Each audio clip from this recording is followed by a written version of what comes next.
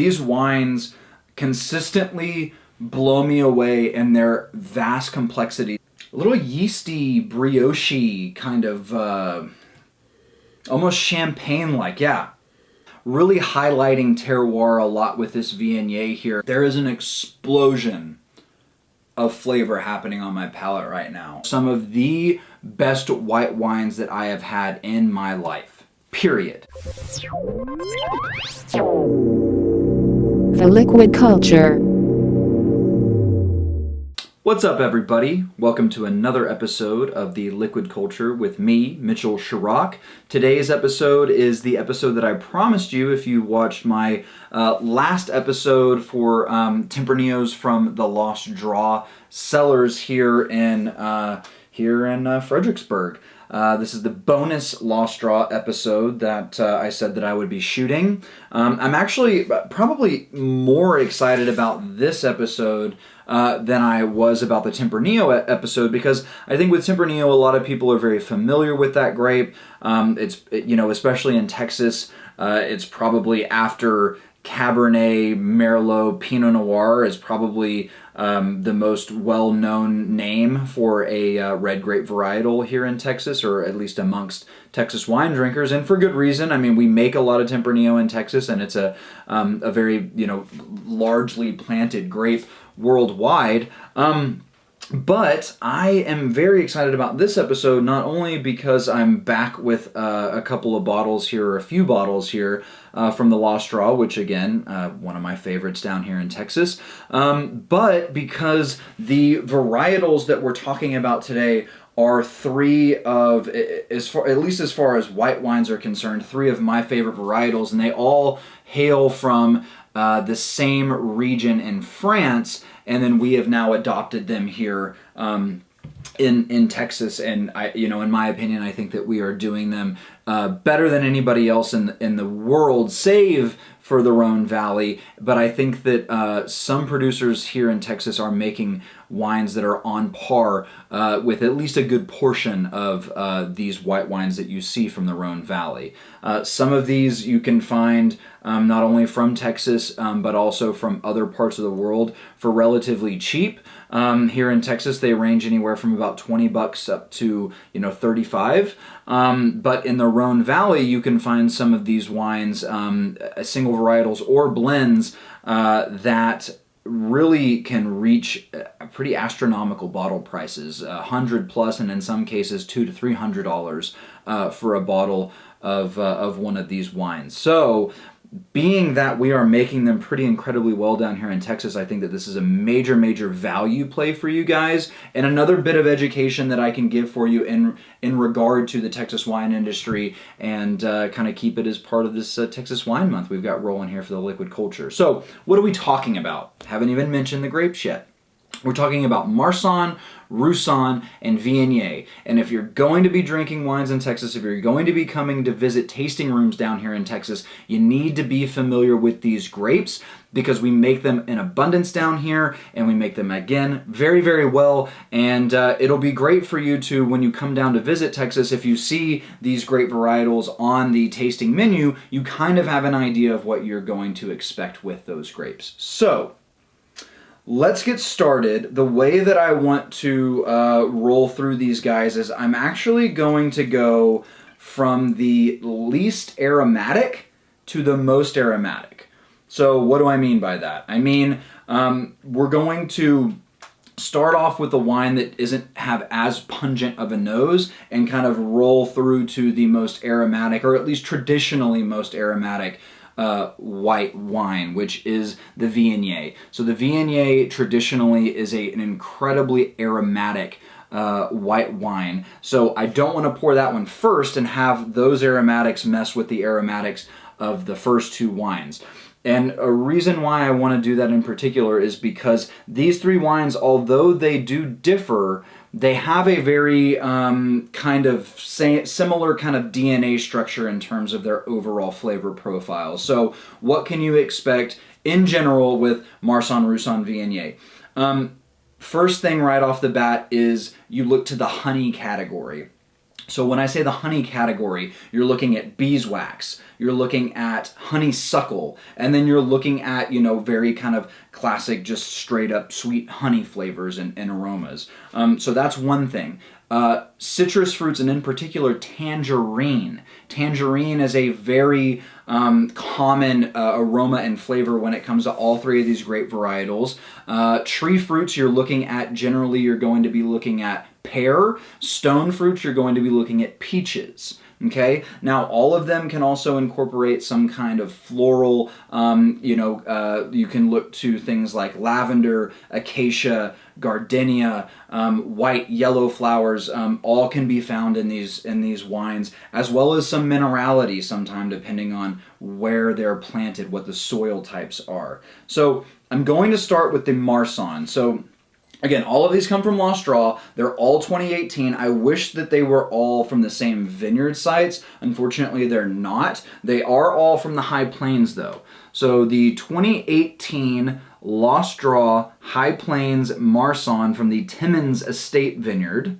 So guys, I have been drinking this Marsanne since the 2016 vineyard, and I gotta tell you, the 2016 vintage, and I've gotta tell you, the Marsanne from 16, the Marsanne from 17, and now this Marsanne from 2018, all from the Timmins Estate from Lost Draw, are some of the best white wines that I have had in my life, period.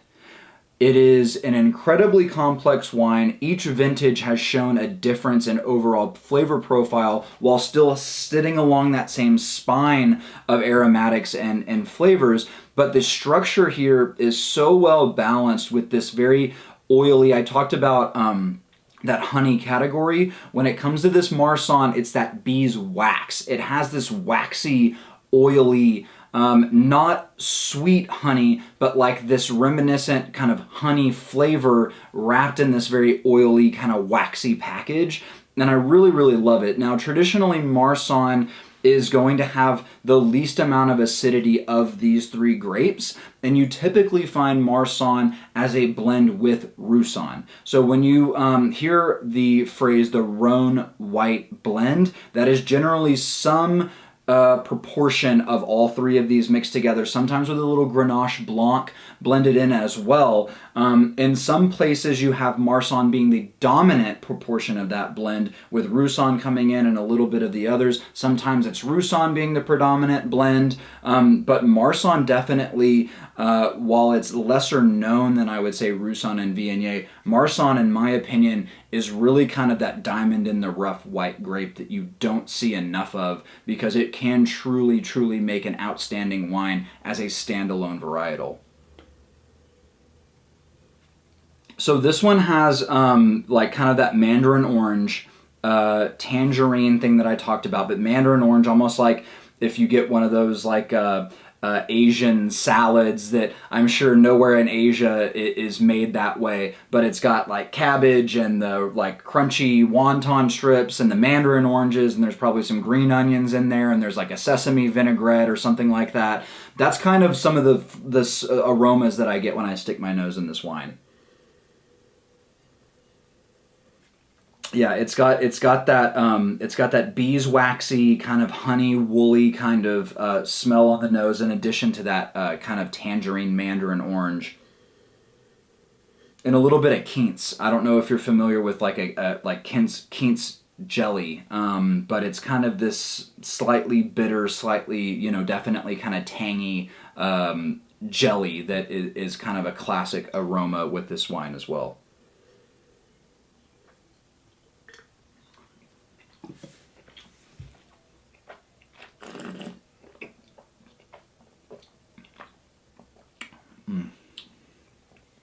So even though Marsanne is generally thought of as the lesser acidity, or the grape in this lineup of wines that has the least amount of acidity, this version has a really nice crisp acidity to it to go with that, I would say, medium plus body. I wouldn't call it a full-bodied white wine, but that oily characteristic is definitely bringing this into that medium plus area. So this is a big-bodied wine for sure. No oak characteristic whatsoever on this. You can find that sometimes with a Marsanne or with a white Rhone blend that's dominated by Marsanne. You can find some oaky characteristic. Not with this one. I'm assuming that they do this 100% in stainless steel or in tote, something very neutral to make this wine.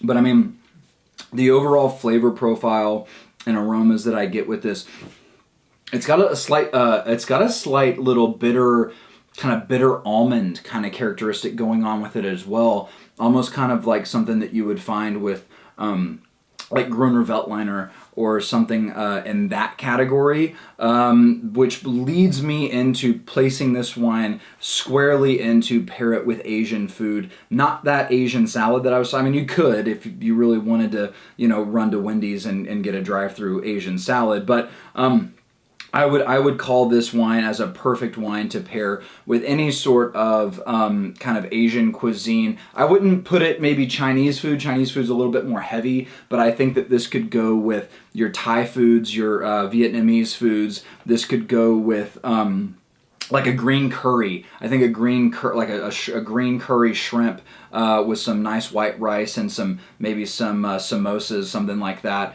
would be a really, really nice pair for this wine.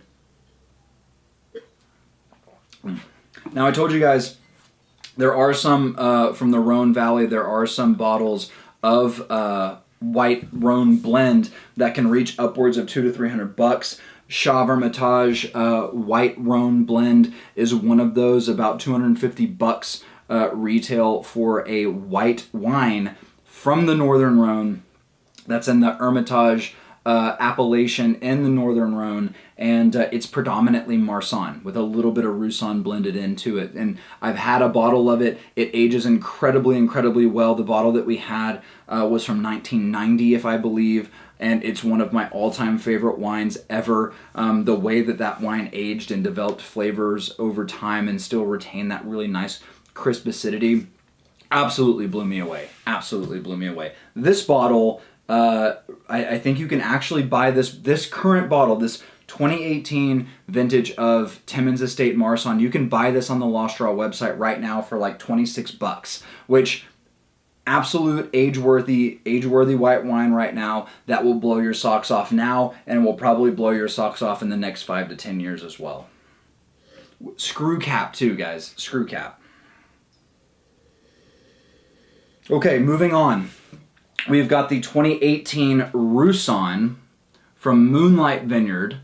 Again, still High Plains, still Lost Straw producers, but we are moving on to the Roussanne now. Now, I would say that Roussanne is going to be a grape that you will see a lot more than Marsanne, especially in single varietals. I know at Ab Astris we've made 2 different Roussannes. We've only been open a little over a year and a half now, and we've had 2 different Roussannes on the menu, as well as a Roussanne blend. So Roussanne, very ubiquitous down here in the Texas Hill Country. You'll see it at tasting rooms quite a bit. It is a grape that generally will provide you with a flavor and structure, or at least it can. It can be made in different ways, but it will generally provide you with a flavor and structure very similar to Chardonnay. So those Chardonnay lovers out there, we make Roussannes down here, both in unoaked versions and oaked versions. You'll get some that are on that buttery end and some that are on that more mineral acidity driven end, but still that bigger, fuller bodied white wine that will kind of morph into that kind of buttery thing when it goes through malolactic fermentation, and especially so if it's been oak aged. And this one for sure has it on the nose. And the color here is slightly more towards that kind of bright, vibrant, neon kind of yellow gold color, whereas the Marsanne was a little bit more muted, kind of straw. This one's got a little bit more vibrancy in the color. And the nose, again, slightly more aromatic than the Marsanne. And it has that buttery characteristic. I do not know if this was aged in oak. Again, if you watch the Lost Straw Tempranillo video that I posted, I don't know when you'll be watching this, but that I posted yesterday, I said that Lost Straw doesn't work a lot with new oak. What the majority of the oak that they do work with is neutral oak, if they're even working with oak at all.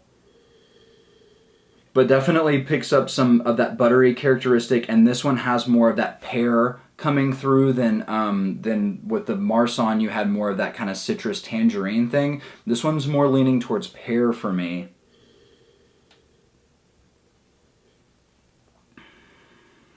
Maybe like some dried green apple as well.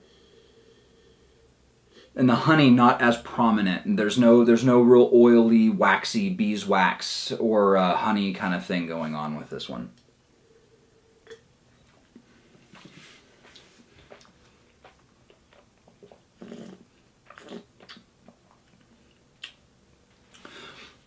Very full-bodied. I would say the acidity is on par with the Marsanne, which is cool for the Marsanne purposes, because like I said, Marsanne generally doesn't have as high of acidity. So acidity's nice and lime. Actually, I would say this Roussanne might have a little bit more acidity.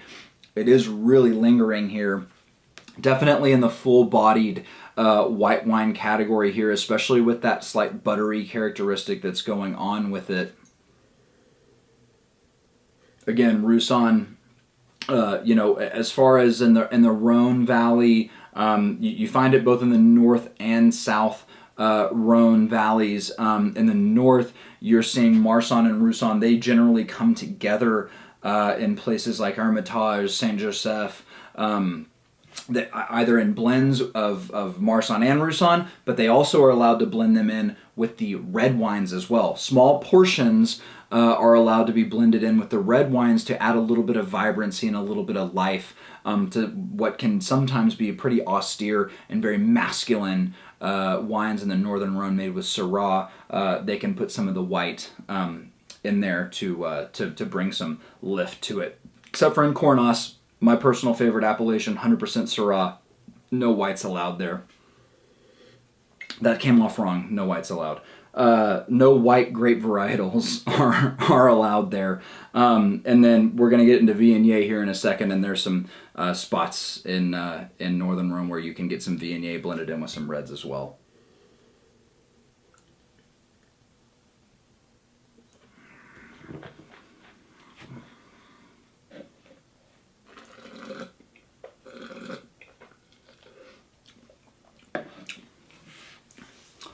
Yeah, I mean, that is and this isn't even their reserve Roussanne. I know that Lost Straw makes both a standard bottling of Roussanne. They also make a reserve Roussanne. I don't think this one's available online, but their reserve Roussanne is. Just some longer aging, I would imagine, is what the major difference is there. The vineyard sites are probably different as well. But this is one of those kind of big, bold, I wouldn't put it in that very oaky, very big residual sugar, big time California Chardonnay category, but I would definitely say that this is better in my opinion because it is a little bit more restrained in the wine making process. They're letting the fruit really kind of express terroir. A little yeasty, brioche kind of, almost champagne-like, yeah.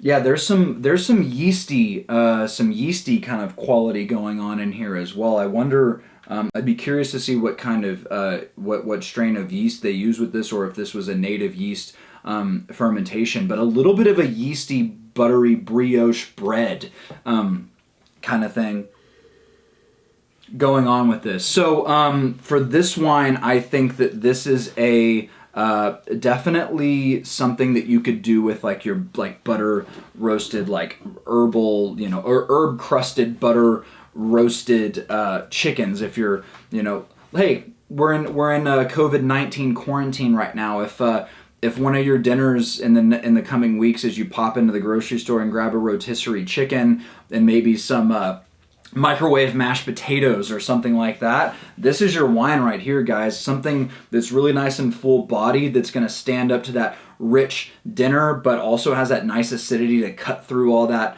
that kind of, the buttery qualities and all that kind of good stuff that are going on with your roasted chickens and things like that. But that's what I would put with this wine for sure. Even leaning into some of your meatier dishes, definitely big meaty fishes. This swordfish steaks grilled out right now is just popping into my head, but also things like pork dishes. I think that this Roussanne would really work well with. Yeah, I'm really digging that yeast characteristic. I'm gonna have to revisit that guy. Viognier. So this is from so Lost Draw Vineyard, which we tasted a Lost Draw Vineyards Tempranillo yesterday. So same vineyard. I'm pretty sure that the Lost Draw Vineyard is, the Timmins Vineyard is in Lubbock. The Lost Draw Vineyard is in Brownfield. It says on the back here, direct press, wildly fermented, which means that ambient yeast were used. The yeast that were already on the grapes from when they were harvested at the vineyard was used to ferment this wine, and aged in neutral French oak. So this is going to be a Viognier that's going to highlight terroir, like we talked about with the Roussanne and just kind of Lost Draw's process overall, really highlighting terroir a lot with this Viognier here via the way that they have chosen to produce this wine. There's going to be no kind of oak influence from a flavor and aroma perspective because it is aged in neutral French oak. So you're getting that kind of oxidative aging that takes place for the wine to really kind of develop the way that it wants to develop without imparting any sort of baking spice or vanilla or dill or anything like that you get from new oak barrels. So this is going to really kind of highlight that Lost Draw terroir for Viognier pretty well.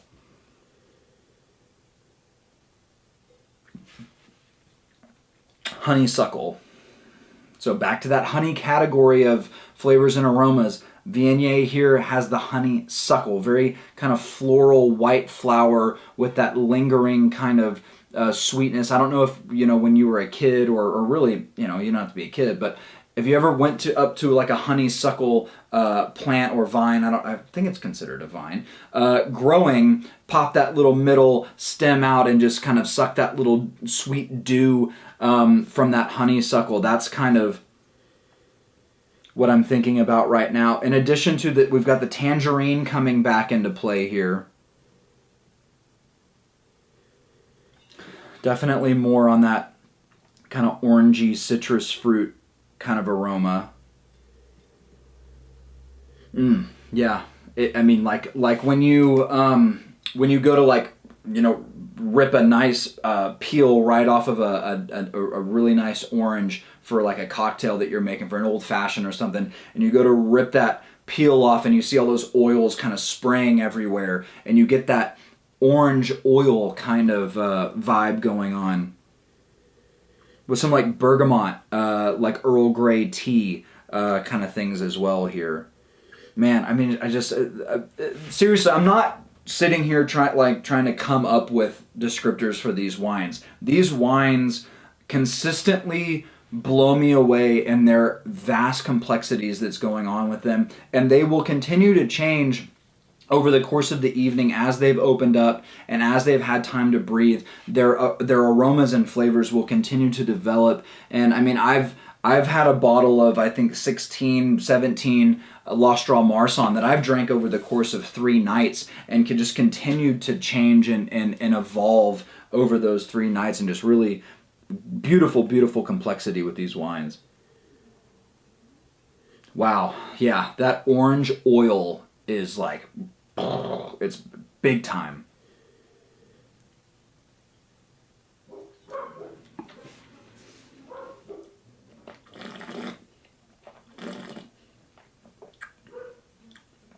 Oh. Wow. This is actually my first time tasting this 2018 Lost Draw Vineyard Viognier, and I'm kind of at a loss for words.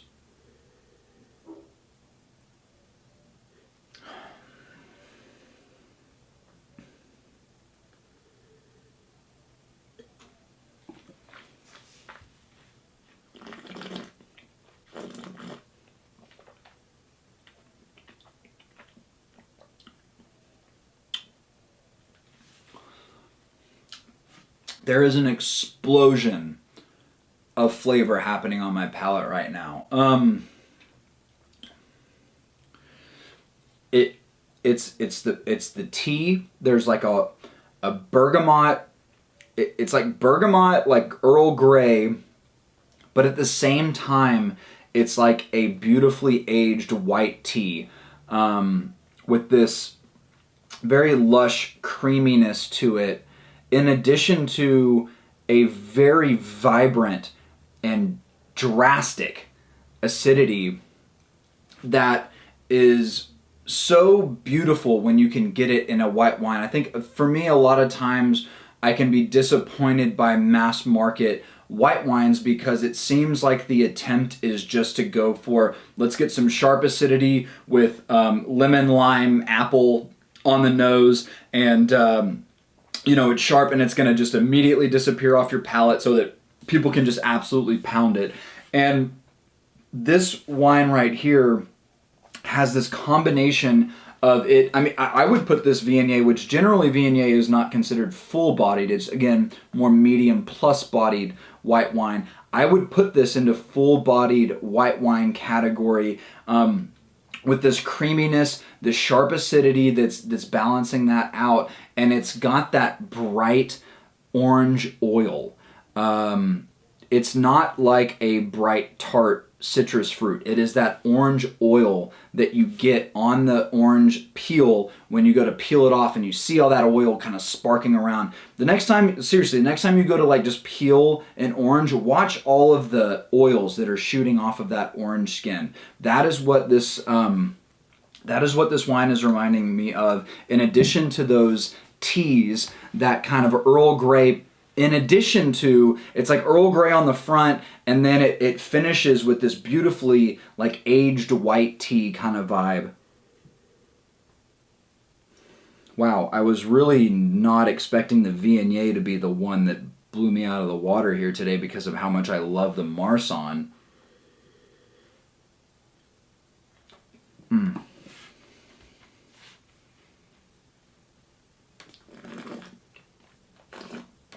I'm looking to see if there's any of this available. 2017 Lost Draw Vineyards Viognier is available for $30 on their website. I'm going to have to call them up and see if there's a reason why the 18 is not available on their website. So, guys, on the Lost Draw website right now, you can get 2017 Reserve Roussanne from Bingham Family Vineyards. That's not this wine, but it is a Lost Draw Roussanne, $34. The 2018 Marsanne, Timmins Estate Marsanne, is available $26. And they have a 2017 Lost Draw Vineyards Viognier available, not this 2018. But I would imagine that the 2017 is probably pretty banging as well. Wow. So this kind of threw me off. Real quick on Viognier, you'll find single varietal Viognier from the Northern Rhone in a sub-appellation in the Northern Rhone called Condrieu, and that's where you'll find 100% Viogniers. Bottle prices can range up to 100 plus, but you can find some pretty stellar, very aromatic, peachy, apricot-y, floral Viognier from Condrieu, and then Viognier is allowed to be blended in with Côte Rôtie.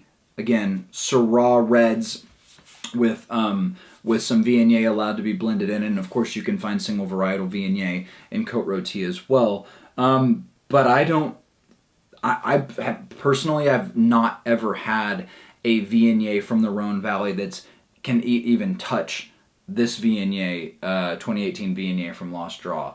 I will be buying more of this if I can. If not, I'll have to settle for the 17, which I may even have a bottle of 17 around here somewhere. But wow, what a stellar lineup, and the Viognier being the kind of standout here. You see a lot of Viognier in Texas. Pedernales makes some stellar Viognier. I mean, those guys win. Those guys win awards all the time for their Viognier in Texas. So they're making killer ones. I know we make a Viognier at Ab Astris. It's pretty badass. And it really, you kind of see it all over the place. We're actually going to be releasing a white wine pack at Ab Astris, in partnership with L'Austral and the French Connection wineries here. We will be doing our Ab Astris Viognier in addition to the L'Austral Marsanne, and then French Connections bringing in the Roussanne. So that'll be a really fun pack. That should be available for you guys within the next week or so. That'll be a really fun pack for y'all to purchase, have shipped to your house, and you can really try these 3 stellar Rhone varietals from 3 different wineries down here in Texas, making them in some pretty different styles. I know our Viognier at Ab Astris is a little bit more mineral driven. Definitely not something like this. It's definitely on that lighter end, crisp acidity, really nice kind of sea breezy minerality with it. And you've heard about the Marsanne from L'Austral, Roussanne from French Connections, also killer. Ben Calais does a lot of work with oak and some really, really good stuff there. So guys, buy some of these wines. Check out the white wine pack that we've got coming out for you with a partnership with the 3 wineries here. Try white Rhone varietals from all over the place. I mean, give them a shot because they're really, really stellar. I mean, branch out from your Sauvignon Blancs and your Chardonnays and try something that may be a little bit different for you, because I guarantee you, if the wines are anything like these 3 wines, they are going to knock your freaking socks off. So I think that's it. I'm going to keep drinking these wines and continue to social distance from everybody that I know, other than my wife, my new child, and my dogs. Appreciate it, guys. Oh, well, you won't see this in time, but we're doing some fun stuff. Instagram Live with Ab Astris, so be checking that out as well. All right, guys. Mitchell Chirac, Liquid Culture. We'll catch you next time. Bye-bye.